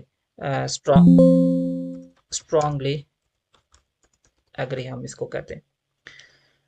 यहाँ तक अगर हम बात करें तो हमारे पास जो हमने एक पेशेंट का डिप्रेशन और उसकी सेटिस्फेक्शन को मेजर करने के लिए हमने जो क्वेश्चन पूछे, उन क्वेश्चंस को हम ना तो नॉमिनल कह सकते हैं ना ही ऑर्डिनल कह सकते हैं, क्योंकि किसी बंदे का डिप्रेशन का लेवल बहुत कम होगा और किसी बंदे का डिप्रेशन का लेवल बहुत ज़्यादा होगा। अगर हमारे क्वेश्चन इस तरह से हैं कि उसका प्लस में अगर वो जवाब देगा तो उसका डिप्रेशन बढ़ेगा, मतलब वो बढ़ने को रिप्रेजेंट कर रहा है, अगर वो माइनस में आंसर करता है तो उसका डिप्रेशन लेवल कम को रिप्रेजेंट करेगा। तो उसके लिए आप देखें ये स्केल हम यूज कर रहे होते हैं। ये इसको मैं चेंज कर लेता हूँ स्ट्रांगली डिसएग्री के लिए। तो आपने क्या करना है, जैसे ये वाला एक क्वेश्चन है, ये जैसे इन्होंने पेपर लिया हुआ था, यहाँ पर उन्होंने डिप्रेशन को मेजर करने के लिए जो 5 क्वेश्चन पूछे, वो उन्होंने क्या किया हुआ है, लिकर्ट स्केल के ऊपर उनको मेजर किया हुआ है। ये लिकर्ट स्केल 1 to 3 भी हो सकते हैं, या आपने लिकर्ट स्केल के बारे में थोड़ा सा जाके पढ़ लेना है कि ये लिकर्ट स्केल क्या होते हैं। ये खाली इस तरह से भी हो सकते हैं कि मैं इस स्टेटमेंट से डिसएग्री कर, मतलब कोई बंदा ये कहता है कि मेरी लाइफ सेटिस्फेक्शन के बारे में आप उससे क्वेश्चन करते हैं कि क्या आपके पास इतनी इनकम है कि आप अपने ज़रूरियात को पूरी कर सकें। कोई बंदा कहता है नहीं, मैं इस स्टेटमेंट से बिल्कुल स्ट्रांगली डिसएग्री करता हूँ, तो इट्स मीन कि वो अपनी ज़िंदगी से मुतमईन नहीं है। वो कोई बंदा कहता है कि मैं बिल्कुल स्ट्रांगली एग्री करता हूँ।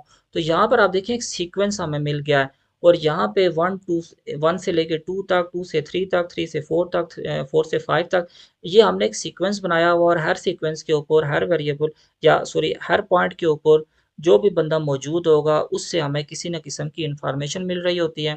तो ये बेसिकली ये जो सीक्वेंस हमने बनाए हुए हैं इनको बेसिकली हम इंटरवल कहते हैं, और इन इंटरवल्स के ऊपर जो भी वेरिएबल हम मेजर कर रहे होते हैं उसको हम इंटरवल स्केल के ऊपर मेजरमेंट कह रहे होते हैं। अब थोड़ी सी बातें मैं फर्दर कर लूँ, फिर आपका इसके रिलेटेड कोई क्वेश्चन भी आई थिंक होंगे, मैं आपको वो भी बताऊंगा। अब एसपीएसएस के अंदर ये जब आप किसी एक वेरिएबल के लिए आपने 5 क्वेश्चन पूछे हुए हैं तो आपने पाँचों के लिए एक ही स्केल यूज़ करना है।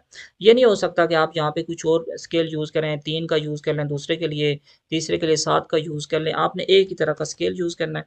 मैं सपोज इसको यहाँ पे क्या करता हूँ, कॉपी करता हूँ, कंट्रोल सी सिंपल कर लें। अगर उस तरह से भी नहीं होता, आप इसको राइट क्लिक करें और कॉपी करें, और आप यही वाला स्केल सब क्वेश्चंस के लिए आप पेस्ट कर लें यहाँ पे। ये आप देख सकते हैं कि सबके लिए वन बाय वन वो यहाँ पे पेस्ट हो रहा है। तो यहाँ पर ना एक इम्पॉर्टेंट चीज़ ये होती है कि डिप्रेशन के लिए आपने इस बंदे से 5 क्वेश्चन तो पूछ लिए हैं, लेकिन इससे आप डिप्रेशन का वेरिएबल कैसे क्रिएट करेंगे? सेटिस्फेक्शन के लिए आपने बंदे से 5 क्वेश्चन तो पूछ लिए हैं, लेकिन आप सेटिस्फेक्शन के लिए वेरिएबल कैसे क्रिएट करेंगे? असल चीज़ ये होती है। इसके लिए आपने वेरिएबल क्रिएशन के हवाले से आप अंडरस्टैंड कर लें कि आप वेरिएबल कैसे क्रिएट करेंगे। सबसे पहले आपने क्या करना है, ऊपर वाले टैब में आपने ट्रांसफॉर्म की ऑप्शन में जाना है। ये सिंपल ट्रांसफॉर्म की ऑप्शन है। ट्रांसफॉर्म की ऑप्शन में ये कंप्यूट वेरिएबल की ऑप्शन है। यहाँ पे आप देख सकते हैं कंप्यूट वेरिएबल की ऑप्शन है। कंप्यूट वेरिएबल में जो भी आप वेरिएबल क्रिएट करना चाहते हैं उसका आपने यहाँ पे टारगेट वेरिएबल लिखना है। आपने सपोज यहाँ पे मैंने लिख दिया डिप्रेशन, ये हमारा मेन वेरिएबल है डिप्रेशन। अब उसके लिए देखिए हमने ये क्वेश्चन पूछे हुए हैं, D1 हमने पूछा हुआ, D2 पूछा हुआ, D3 पूछा हुआ, D4 और D5 ये हमने क्वेश्चन पूछे हुए हैं अपने वेरिएबल के रेलिवेंट। अब इसको ना आपने यहाँ पे न्यूमेरिक एक्सप्रेशन वाली टैब में आपने इसको लेके आना होता है।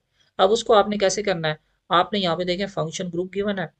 फंक्शन ग्रुप में आपने यहाँ पे इसको स्क्रॉल डाउन करना है और यहाँ पे आपको एक स्टैटिस्टिकल की ऑप्शन आएगी। इस स्टैटिस्टिकल की ऑप्शन को आपने क्लिक करना है और उसके बाद आप यहाँ पे देखेंगे मीन की एक ऑप्शन आएगी। इस मीन की ऑप्शन के ऊपर आपने डबल क्लिक करना है। जब मीन के ऑप्शन के ऊपर आप डबल क्लिक करेंगे तो ये वेरिएबल आपका इस फॉर्म में आ जाएगा।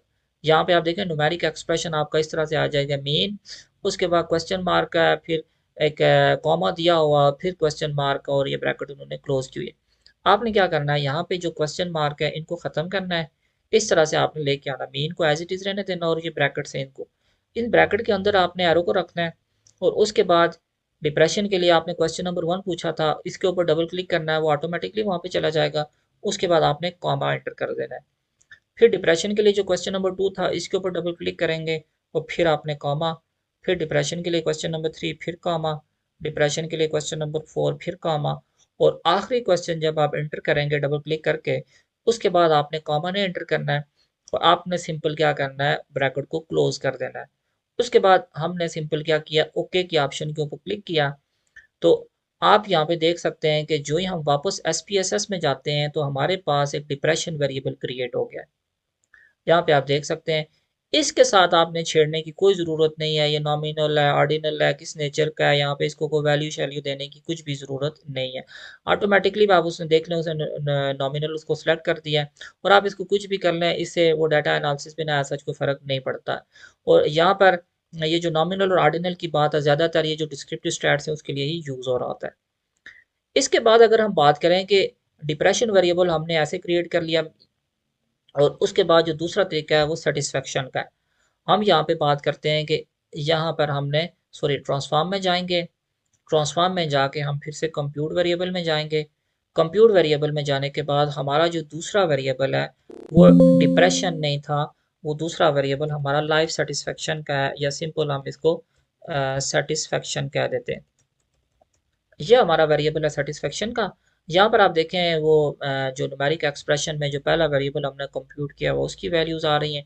आपने सिंपल क्या करना है, इन वैल्यूज़ को आपने यहाँ से रिमूव करना है और रिमूव करने के बाद आपने वन बाय वन जो वेरिएबल्स के जो क्वेश्चन हैं उनको आपने इंटर करना है। सेटिस्फेक्शन के लिए पहला क्वेश्चन था S1, दूसरा क्वेश्चन था S2, फिर मैंने कॉमा एंटर किया, फिर S3 मैंने एंटर किया, फिर मैंने S4 एंटर किया और लास्ट जो क्वेश्चन था हमारा S5 था। और उसके बाद कॉमा वगैरह कुछ भी नहीं डालना, आपने ब्रैकेट को क्लोज कर लेना है और फिर हमने ओके की ऑप्शन के ऊपर क्लिक कर देना है।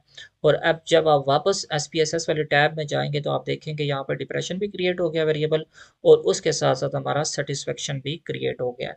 अब हम कुछ ये कर लेते हैं कि हम यहाँ पर कुछ रैंडम डाटा एंटर कर लेते हैं। देखिए 1 to 5 तक हमारा डाटा था, सॉरी ये 5 तक हमारा डाटा था। तो मैंने यहाँ पर डाटा कुछ इंटर कर दिया और यहाँ पर भी मैंने कुछ डाटा एंटर कर, मतलब आपने जो रेस्पॉन्सेज पहले बंदे से आपने क्वेश्चन पूछा उसने पहले का थर्ड वाली ऑप्शन सेलेक्ट की तो आपने सीधा सीधा यहाँ पे थर्ड लिख दिया। इसी तरह तो हम यहाँ पे क्या करते हैं, इस डाटे को यहाँ पर कॉपी कर लेते हैं, सॉरी इधर मैं इसको पेस्ट कर लेता हूँ, हम रैंडमली इसको पेस्ट कर लेते हैं ताकि हमारे पास सारा का सारा डाटा आ जाए। और यहाँ पर 2 कर लेते हैं, 3 कर लेते हैं और ये इस तरह से, और आखिरी 2 रोज़ को हम कॉपी करके सॉरी, यहाँ पर हम इसको भी पेस्ट कर लेते हैं और इस वाली रो को हम यहाँ से ख़त्म कर लेते हैं।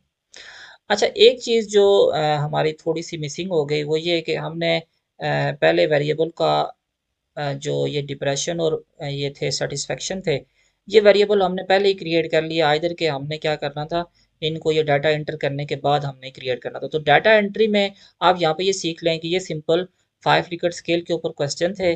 पहले बंदे ने आपको उसको 5 ऑप्शन दिए कि स्ट्रांगली डिसएग्री, फिर डिसएग्री, फिर न्यूट्रल, फिर एग्री, फिर स्ट्रांगली एग्री। तो उसने किसी बंदे ने 1 के ऊपर क्लिक किया, किसी ने 2 के ऊपर, किसी ने 3, इन्हीं 5 ऑप्शन में से ये 1 2 3 4 वाली ऑप्शंस हैं। तो वो इस जिस हिसाब से हमने यहाँ पे कोडिंग की हुई है, इस हिसाब से आपने ये डाटा एंटर करना। तो आई थिंक इसमें अंडरस्टैंड करने में आपको मुश्किल नहीं होगी। ये आप देख सकते हैं, 1 से मुराद स्ट्रांगली डिसएग्री, 2 से मुराद डिसएग्री, 3 से मुराद न्यूट्रल एक्सेट्रा। अब जो वेरिएबल क्रिएशन की हमने बात की थी, मैं जल्दी जल्दी उसको एक बार फिर से कर लेता हूँ। मेन की सॉरी, सबसे पहले हमने सेटिस्फेक्शन की जो बात की थी, satisfaction as it is given है, इसको मैं एक बार रिप्लेस कर लेता हूँ। तो अब आप देख सकते हैं कि पहले मैंने डाटा एंटर नहीं किया हुआ था। अब जब मैंने डाटा एंटर किया तो आप देख लें कि इन क्वेश्चंस, ये जो सेटिस्फेक्शन वाले 1 to 5 क्वेश्चंस हैं, इनका मीन स्कोर निकाल के सॉफ्टवेयर ने हमें खुद ही वेरिएबल क्रिएट करके दे दिया है कि सेटिस्फेक्शन लेवल ये है लोगों का। अगर हम यहीं से इस डाटे को देखें तो हम अगर पॉजिटिव में लेके जा रहे हैं कि अगर इनके आंसर पॉजिटिव होंगे तो लोगों की सेटिस्फेक्शन बढ़ने को रिप्रेजेंट करेगा। तो हम यहाँ पे भी डाटे से देख के मालूम कर सकते हैं कि लोगों की जो एवरेज सेटिस्फेक्शन है 3 से अबव अबव ये सारे लोग पाए जाते हैं। तो इट्स मीन कि हमारा जो भी सैंपल है उसकी सेटिस्फेक्शन लेवल हाई है। उसके बाद अगर हम डिप्रेशन की बात करें तो जल्दी जल्दी मैं डिप्रेशन को भी क्रिएट कर लेता हूँ। ये सेम वही प्रोसेस है जो मैंने पहले किया था, लेकिन पहले डाटा मेरे पास नहीं था, इस वजह से मैं इसी वेरिएबल को रिप्लेस कर रहा हूँ।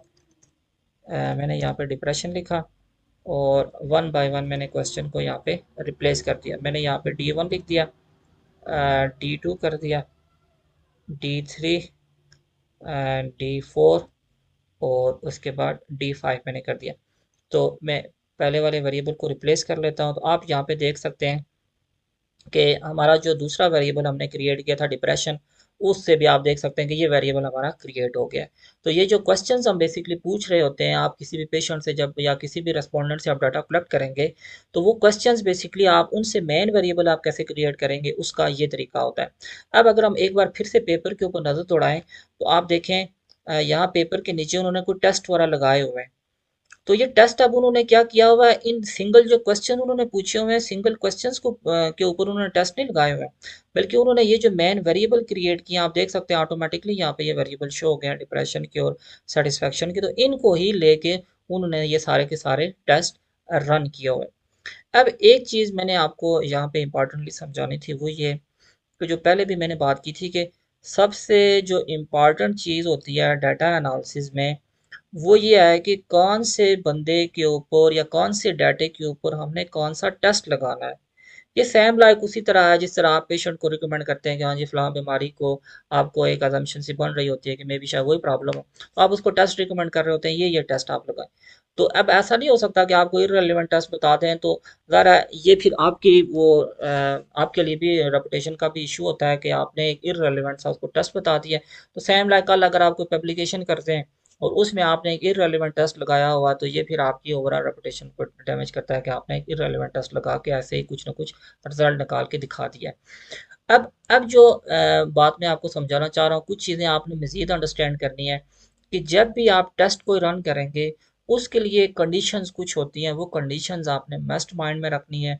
सपोज जैसे दो टेस्ट की हम यहाँ पे बात कर लेते हैं, एक कोरिलेशन की हम बात कर लेते हैं और एक हम रिग्रेशन की बात कर लेते हैं। सपोज जैसे इन्होंने यहाँ पर एक टेस्ट रन किया हुआ है ये कोरिलेशन का, उसके बाद मैं आपको कुछ चीज़ें बताऊंगा, उन चीज़ों को आपने फॉलो करना है। किसी भी किस्म का आपका टेस्ट हुआ तो आप उसको इजीली उस टेस्ट को रन कर सकेंगे। मैं यहाँ पे जैसे ये कोरिलेशन का टेस्ट है, तो वो मैं आपको बता देता हूँ कि ये कोरिलेशन का टेस्ट जैसे ये वाला टेस्ट है, इन्होंने कैसे इसको रन किया और कैसे इन्होंने ये वाले आउटपुट निकाली और इसकी इंटरप्रिटेशन कैसी है। और फिर हम एक रिग्रेशन का भी कर लेंगे और उसके बाद फिर आपके क्वेश्चन आंसर कर लेते हैं। तो बाकी चीज़ें हम बाद में डिस्कस कर लेते हैं। सबसे बड़ी जो या इम्पॉर्टेंट चीज़ आपने नोट करनी है कि जब भी हम टेस्ट रन करेंगे कि एनोवा वेरिएबल, एनोवा टेस्ट है, टी टेस्ट है, कोरिलेशन है, रिग्रेशन है, तो उसमें हमारे इंडिपेंडेंट वेरिएबल किस तरह का होना चाहिए और डिपेंडेंट वेरिएबल हमारा किस तरह का होना चाहिए। वो नॉमिनल होना चाहिए, ऑर्डिनल होना चाहिए, ये कॉन्टिन्यूस नेचर का होना चाहिए। कॉन्टिन्यूस नेचर से मुराद ये है कि आपका वेरिएबल जो है वो इस इंटरवल स्केल के ऊपर है। वो कंटिन्यू देखें, कॉन्टिन्यूस नेचर है ना, डिसएग्री भी है, एग्री भी है, न्यूट्रल भी है, एग्री भी है, स्ट्रांगली एग्री भी है, तो ये कॉन्टिन्यूस नेचर का वेरिएबल है। लेकिन इसकी निस्बत अगर हम बात करें जेंडर की, तो ये कॉन्टिन्यूस नेचर का नहीं है, इसकी एक साइड मेल की और एक फीमेल की, बस आके यहाँ पे बात खत्म हो जाती है। तो ये कॉन्टिन्यूस, ये कहीं पे बढ़ने या कम होने को रिप्रेजेंट नहीं कर रहा है। बस ये दो जो आप कह सकते हैं कि डिस्क्रिप्शन है पॉपुलेशन की, आइदर मेल आइदर फीमेल, बस वो दो ट्रेड्स को रिप्रेजेंट कर रहा है। लेकिन जब अगर हम सेटिस्फेक्शन की बात करें तो वो एक कॉन्टिन्यूस नेचर का है। किसी बंदे की सेटिस्फेक्शन बढ़ भी सकती है, कम भी हो सकती है, वो मीडियम पे भी आ सकता है, तो ये कॉन्टिन्यूस नेचर का वेरिएबल है। तो ये चीज़ आपने सबसे पहले अंडरस्टैंड करनी है कि जब भी हमको टेस्ट रन करेंगे, उस टेस्ट की रिक्वायरमेंट क्या है कि वेरिएबल्स किस नेचर के होने चाहिए। मसलन मसलन अगर मैं यहाँ पे ये बात करूँ कि मैंने कोरिलेशन रन करनी है, यही वाला टेस्ट जो इस बंदे ने रन किया हुआ, ये कोरिलेशन। कोरिलेशन के लिए सबसे पहली रिक्वायरमेंट ये होती है कि आपका जो इंडिपेंडेंट वेरिएबल है और आपका जो डिपेंडेंट वेरिएबल है वो दोनों कंटिन्यूअस नेचर के होने चाहिए।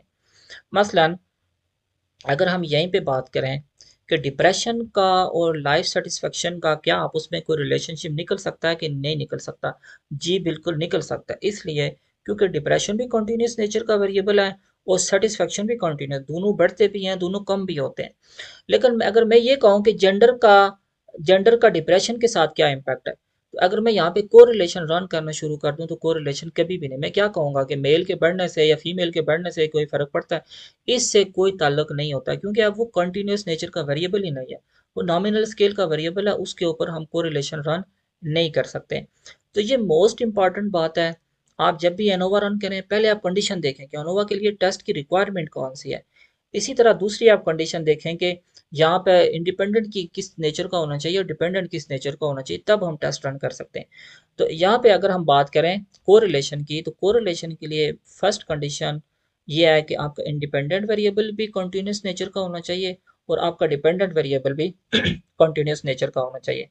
अब इसके लिए आपने टेस्ट कैसे रन करना है, उसके लिए आप एक इम्पॉर्टेंट चीज़ नोट कर लें कि यहाँ पे एक टैब बनी हुई है एनालाइज की।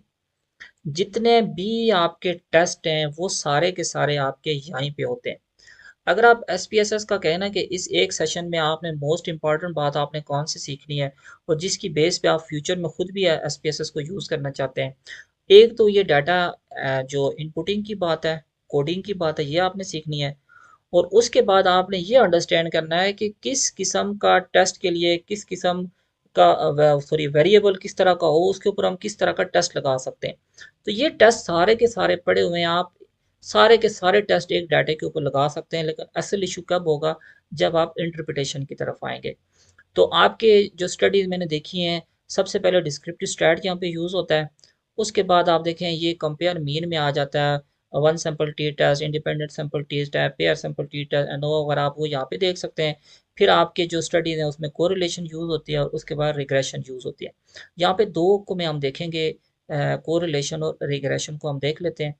इसके लिए पहले मैंने आपको कंडीशन बताई कि जो फर्स्ट एंड इम्पॉर्टेंट कंडीशन है वो ये है कि दोनों वेरिएबल का कॉन्टिन्यूस नेचर का। मसलन अगर मैं यहाँ पे बाईवेरिएट कोरिलेशन में आऊँ, मैं यहाँ पे ना एक साइड पे रख लेता हूँ, सपोज यहाँ पर मैं जेंडर को रख लेता हूँ। ये मैं जस्ट आपको समझाने के लिए कर रहा हूँ, ऐसा पॉसिबल नहीं होता है। दूसरी साइड पे ना मैं सेटिस्फेक्शन को रख लेता हूँ। अब सॉफ्टवेयर एक ऐसी चीज़ है, वो आपको ना टेस्ट निकाल के देगा ही देगा, वो आप कुछ भी डाटा एंटर कर लें वो टेस्ट निकाल के देगा। देखें ये कह रहा है कि जेंडर का और सेटिस्फेक्शन का आपस में जी कोई सिग्निफिकेंट रिलेशनशिप नहीं है। अगर ये सिग्निफिकेंट रिलेशनशिप होता भी तो हम इसको क्या कहते हैं कि जेंडर के बढ़ने से। अब जेंडर का बढ़ने का क्या मतलब है, क्या मेल बढ़ रहे हैं या फीमेल बढ़, मतलब ये एक नॉनसेंस किस्म की इंटरप्रिटेशन हो जाएगी जिसका कोई असल उसूल नहीं होगा। इसीलिए कहते हैं कि कोरिलेशन के लिए मस्ट कंडीशन है कि दोनों वेरिएबल कॉन्टिन्यूस नेचर के हों, कि एक के बढ़ने से दूसरे के ऊपर क्या इम्पैक्ट होता है। तो यहाँ पे आई थिंक आपने ये चीज़ अंडरस्टैंड कर ली होगी। अब मैं टेस्ट की तरफ आता हूँ कि यहाँ पे अगर आप कोरिलेशन रन करना चाहते हैं, मैंने ये कोरिलेशन बाई वेरिएट के ऑप्शन के ऊपर क्लिक किया और यहाँ पर मैंने जेंडर के बजाय इसको वापस डिसलेक्ट करने के बाद मैंने डिप्रेशन, तो मैं यहाँ पे देखना चाहता हूँ कि डिप्रेशन का और लाइफ सेटिस्फेक्शन का आपस में क्या ताल्लुक है। तो सिंपल इस तरह दो वेरिएबल्स को मैंने सेलेक्ट किया, और सेलेक्ट करने के बाद यहाँ पे डिफरेंट किस्म के टेस्ट होते हैं। नॉर्मली जो कोरिलेशन के लिए यूज़ होता है वो पियर्सन का है, और पियर्सन के ऊपर आप देख सकते हैं यहाँ पे ऑटो सिलेक्शन है। ये टू टेल भी होती है, वन टेल भी होती है, ये चीज़ें आप बाद में समझ जाएंगे। तो सिंपल आपने क्या करना है, दो वेरिएबल जिनके दरमियान रिलेशनशिप मेजर करना चाहते हैं उनको आप सेलेक्ट करें, और ओके के ऑप्शन के ऊपर आप क्लिक कर दें। तो आप यहाँ पे देख सकते हैं कि इस तरह से ये हमारी कोरिलेशन निकल गई है। ये कोरिलेशन का टेबल है, ये सेम लाइक उसी तरह का टेबल है जिस तरह का इन्होंने निकाला हो। अब इनके और हमारे टेबल में ये डिफरेंस है कि इन्होंने एक टाइम में बहुत सारे वेरिएबल यूज़ किए हुए हैं, और हमने एक टाइम में सिंपल दो ही वेरिएबल यूज़ किए हुए हैं। आप ये कह सकते हैं कि ये वाला जो रिजल्ट उन्होंने पहले बनाया हुआ है डिप्रेशन और एंग्जाइटी का, ये इन्होंने यहाँ पे निकाला हुआ। अब थोड़ी सी मैं इसकी इंटरप्रिटेशन बताता हूँ, फिर मैं आपको ये भी अंडरस्टैंड करवा दूंगा। यहाँ पर आपने क्या देखना है, ये कोरिलेशन का टेबल है, और कोरिलेशन इज सिग्निफिकेंट एट 0.01%, यहाँ पे लिखा हुआ आगे टू टेल की भी ऑप्शन मौजूद है। यहाँ पर आपने सबसे पहले जो चीज़ अंडरस्टैंड करनी है कि जब भी आप वेरिएबल के अपने साथ कोरिलेशन रन कर रहे होते हैं तो वो हमेशा 100% कोरिलेशन है। मतलब आप यहाँ पे देख सकते हैं डिप्रेशन और डिप्रेशन का आपस में जो रिजल्ट है वो 1 है, और एन से मराज ये सैंपल साइज है जो हमने यहाँ पे सैंपल सेलेक्ट किया हुआ है। इसके आगे आप देखें ये पियर्सन कोरिलेशन का एक स्कोर यहाँ पे दिया हुआ है, 0.572 का एक स्कोर दिया हुआ है। और अब यहाँ पर सबसे पहली बात आप ये अंडरस्टैंड कर लें कि ये जो स्कोर होता है हमारा 0 से लेके 1 तक होता है।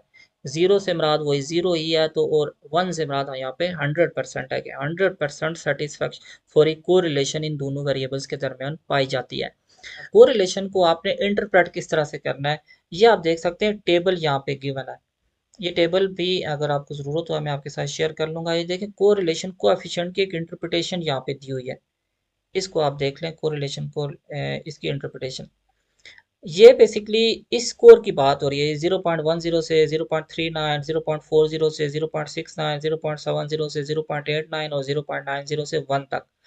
तो ये बेसिकली इस टेबल में ये जो पियर्सन कोएफिशिएंट है, कोरिलेशन कोएफिशिएंट है, उसकी बात हो रही है कि जब आपका सबसे पहली चीज़ आपने कोरिलेशन में ये देखनी है, ये सिग्निफिकेंट वैल्यू को आपने देखना है। ये चीज़ें ज़ाहिर आपको भी अंडरस्टैंड होंगी कि सिग्निफिकेंट लेवल से क्या मुराद होती है। सिग्निफिकेंट एट 0.01 से ये मुराद है कि ये 1% लेवल पे सिग्निफिकेंट है, मतलब हम 99% मतलब हम श्योर हैं कि इनके दरमियान कोरिलेशन पाई जाती है। जब हम कहते हैं 5% लेवल ऑफ सिग्निफिकेंट, तो हम कहते हैं कि हम 95% श्योर हम हैं कि इनके दरमियान कोरिलेशन पाई जाती है, और 0.10 से मुराद होती है 10% के ऊपर के 90% हम। तो मैक्सिमम जो लेवल यूज़ किया जाता है वो 90% का होता है। इससे ऊपर अगर आपको वो अश्योर नहीं है तो आप फिर उसको कहते हैं कि इनके दरमियान कोई रिलेशनशिप नहीं पाया जाता। और इसी तरह मैक्सिमम जो नॉर्मल एक्सटेंडर के तौर पर यूज़ किया जाता है वो 95% लेवल ऑफ सिग्निफिकेंस यूज़ किया जाता है, 0.05 जिसको आप कहते हैं। तो हम यहाँ पे सबसे पहले कोरिलेशन जब आप रन करेंगे तो आपने ये सिग्निफिकेंट वैल्यू को देखना है कि क्या ये 0.05 से या 0.01 सॉरी 0.01 से या 0.10 से लेस है, तो नॉर्मली आपने 0.05 को ही देखना है। तो हम यहाँ पे कहते हैं कि ये 0.05 से कम वैल्यू है। तो जब भी कम वैल्यू होगी तो हम कहते हैं कि इनके दरमियान एक सिग्निफिकेंट रिलेशनशिप पाया जाता है। सिग्निफिकेंट से मुराद ये हुआ कि हम कहते हैं कि डिप्रेशन का और सेटिस्फेक्शन का आपस में रिलेशनशिप पाया जाता है। अगर अगर हम ये कहते हैं कि हमारी पियर्सन कोरिलेशन की ये वैल्यू माइनस में होती, तो माइनस में से मुराद था कि इनका आपस में नेगेटिव रिलेशनशिप है। तो ये वैल्यू हमारी पॉजिटिव में है, तो इससे मुराद है कि डिप्रेशन का और सेटिस्फेक्शन का आपस में पॉजिटिव रिलेशनशिप है। ये ज़ाहिर हमने रैंडमली डाटा लिया हुआ, ऐसे खुद से फेक डाटा डाला हुआ, इसलिए ये रिजल्ट हमें शो कर रहा है। अदरवाइज आपको पता है रियल लाइफ में ऐसा तो नहीं होता है। तो ये अभी का जो रिजल्ट है हमारा वो ये शो कर रहा है कि जितनी ज़्यादा डिप्रेशन बढ़ती जाती है इतनी ही ज़्यादा किसी बंदे की लाइफ सेटिस्फेक्शन भी बढ़ती जाती है। मतलब अभी हम जो बातें कर रहे हैं सिर्फ जो हमारे पास डाटा हम उसके हवाले से ही बातें कर रहे हैं। तो जो कोरिलेशन का टेबल है उसकी इंटरप्रिटेशन आपने इस तरह से करनी है। अच्छा, यहाँ पर एक चीज़ आपने नोट की होगी कि ये स्टैरिक से क्या मुराद है। ये स्टैरिक 0. ये तो देखें यहाँ पे दो स्टैरिक डाले हुए हैं, यहाँ पे दो स्टैरिक डाले हुए हैं, इधर भी दो स्टैरिक है, इधर भी दो स्टैरिक है। इसकी देखें इंटरप्रिटेशन उन्होंने यहाँ पे नीचे दी हुई है कि जो दो स्टैरिक हैं इससे मुराद ये है कि जो ये जो कोरिलेशन कोएफिशिएंट है ना, ये सिग्निफिकेंट है 0.01% पे। ठीक है, तो ये बेसिकली 0.01 लेवल पे जो है ना ये सारे के सारे सिग्निफिकेंट है, उसके लिए उन्होंने ये स्टैरिक दो स्टैरिक यूज़ किए हुए हैं। तो बजाय इसके कि हम हर जगह सिग्निफिकेंट वैल्यू लिखते जाएँ, तो उससे बेहतर ये होता है कि आप ये स्टेरिक यूज़ कर लें और वो फिर आपके लिए भी या जो नॉर्मली उसको अंडरस्टैंड कर रहे हैं तो उनको पता होता है कि ये जिस जिस जिस जगह स्टेरिक लिखा हुआ है, वो सारे के सारे सिग्निफिकेंट रिलेशनशिप पाया जाता है।